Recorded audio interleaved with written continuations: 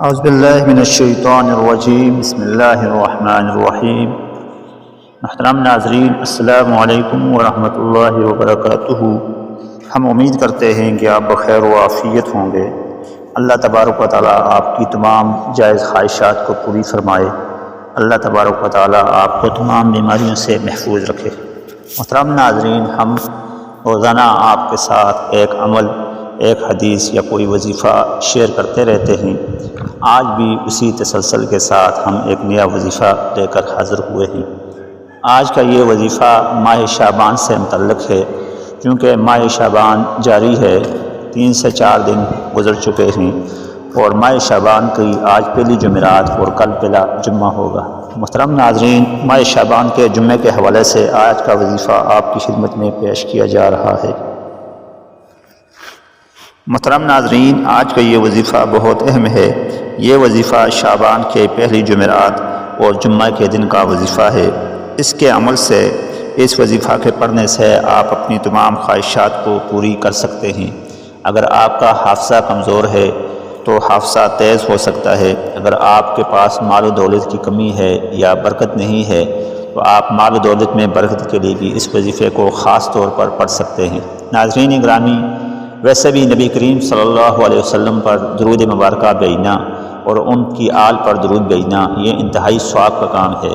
قرآن پاک کے اندر اللہ تبارک و تعالیٰ فرماتے ہیں، اعوذ باللہ من الشیطان الرجیم، ان اللہ وملائکتہ یصلون علی النبی یا ایھا الذین آمنوا صلوا علیہ وسلموا تسلیما، یعنی کہ اے بندو، اے میرے بندو، اے اہل ایمان، جیسے کہ اللہ بھی اپنے پیارے نبی پر درود اسلام بھیجتا ہے تو آپ بھی اپنے نبی پر درود اسلام، اپنے پیغمبر پر درود اسلام بھیجیں۔ محترم ناظرین، ماہ شعبان کے پہلے جمعے کا وظیفہ بھی اسی متعلق ہے۔ آج کا وظیفہ آپ کے سامنے درود شریف کی فضیلت کے ساتھ ساتھ ایک درود یعنی درود ترنجینہ کا وظیفہ ہے۔ یہ وظیفہ پڑھ کر آپ اپنے اہل و عیال میں برکت لا سکتے ہیں۔ آپ کہیں مصیبت میں پھنسے ہوئے ہیں تو مصیبت سے اپنے آپ کو نجات دلا سکتے ہیں۔ آپ کی کوئی جائز خواہش ہے، آپ کی ایسی خواہش ہے جو پوری نہیں ہو رہی، یا آپ کا کاروبار ہے اس میں برکت نہیں ہو رہی، تو آپ اس وظیفہ کی مدد سے، اس وظیفہ کی برکت سے آپ اپنی تمام جائز خواہشات کو پوری کر سکتے ہیں۔ محترم ناظرین، کوئی بھی عمل ہو، اس عمل کو صحیح سنت طریقے کے ساتھ کرنے کے ساتھ ساتھ فرائض کی پابندی کے ساتھ ساتھ آپ کسی بھی عمل کے شروع اور آخر میں درود مبارکہ پڑھیں، درود شریف پڑھیں تو انشاءاللہ تبارک و تعالیٰ اللہ کے حکم سے اس عمل میں، اس کام میں برکت آئے گی اور آپ کی خواہش پوری ہو جائے گی۔ آج کا یہ وظیفہ جمعہ والے دن کا وظیفہ، آپ نے جمعہ والے دن بعد از عشاء آپ نے یہ وظیفہ کرنا ہے شعبان کے پہلے جمعے کو۔ محترم ناظرین، آپ نے شعبان کے پہلے جمعے کے ساتھ ساتھ آپ کسی بھی جمعہ والے دن پڑھ سکتے ہیں، اور ویسے بھی درود مبارکہ کا پڑھنا ثواب اور اجر کا کام ہے۔ جب بھی آپ کو ملے آپ درود مبارکہ پڑھیں، درود ابراہیمی پڑھیں یا کوئی ایسی مختصر درود جس کے الفاظ کم ہوں اور آپ بآسانی یاد کر سکتے ہیں۔ محترم ناظرین، یہ درود ابھی میں آپ کے سامنے تلاوت کرنے والا ہوں، اس کے بعد اس درود کا عمل اور طریقہ کار آپ کو بتایا جائے گا۔ اللہم صلی علی سیدنا محمد صلاۃ تنجینا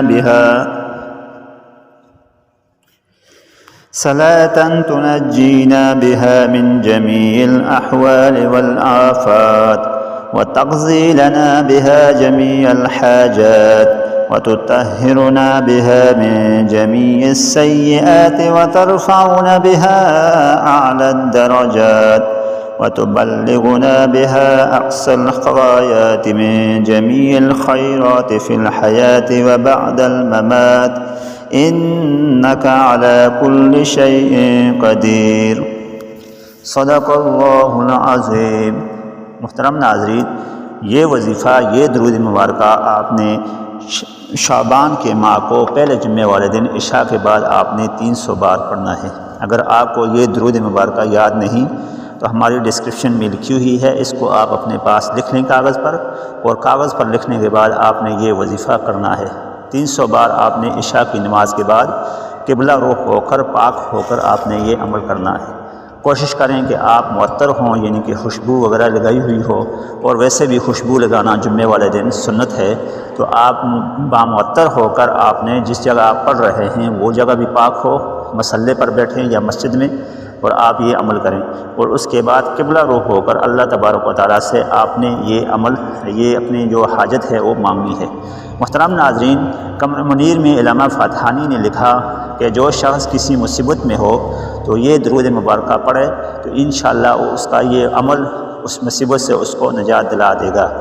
وہ لکھتے ہیں کہ ہم کسی جگہ سفر میں تھے تو غازی نام کے ایک بزرگ کے حوالے سے وہ لکھتے ہیں کہ وہ سفر میں تھے تو کسی سمندر کے گہرے سمندر میں ان کی کشتی پھنس گئی اور تمام سواریوں کے ساتھ وہ ایک بڑے طوفان کا سامنا کر رہے تھے، تو ان کی آنکھ لگ گئی۔ آنکھ لگتے ہوئے نبی کریم صلی اللہ علیہ وسلم ان کو خواب میں آئے، دیدار ہوا، اور انہوں نے فرمایا کہ یہ درود پڑھیں، 1000 بار پڑھیں یا کچھ خاص تعداد بتائی اس میں پڑھیں تو آپ اس مصیبت سے اللہ تبارک و تعالیٰ آپ کو نجات دے دے گا۔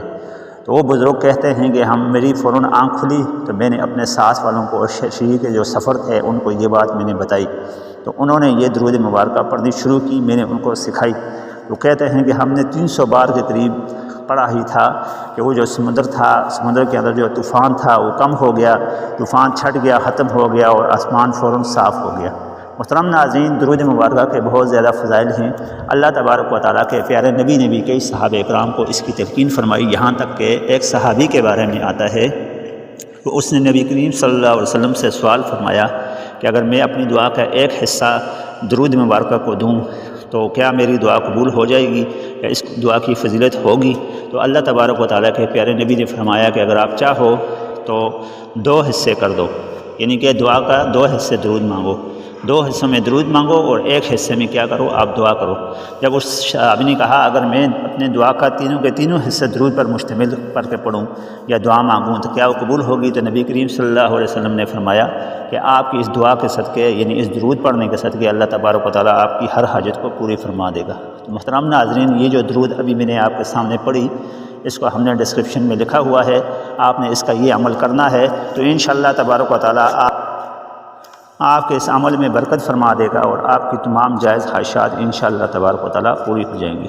ناظرین گرامی، ہمارے چینل کو وزٹ کرتے رہیں، حاضر ہوں گے کل ایک نئے وظیفے اور دعا کے ساتھ۔ السلام علیکم ورحمۃ اللہ وبرکاتہ۔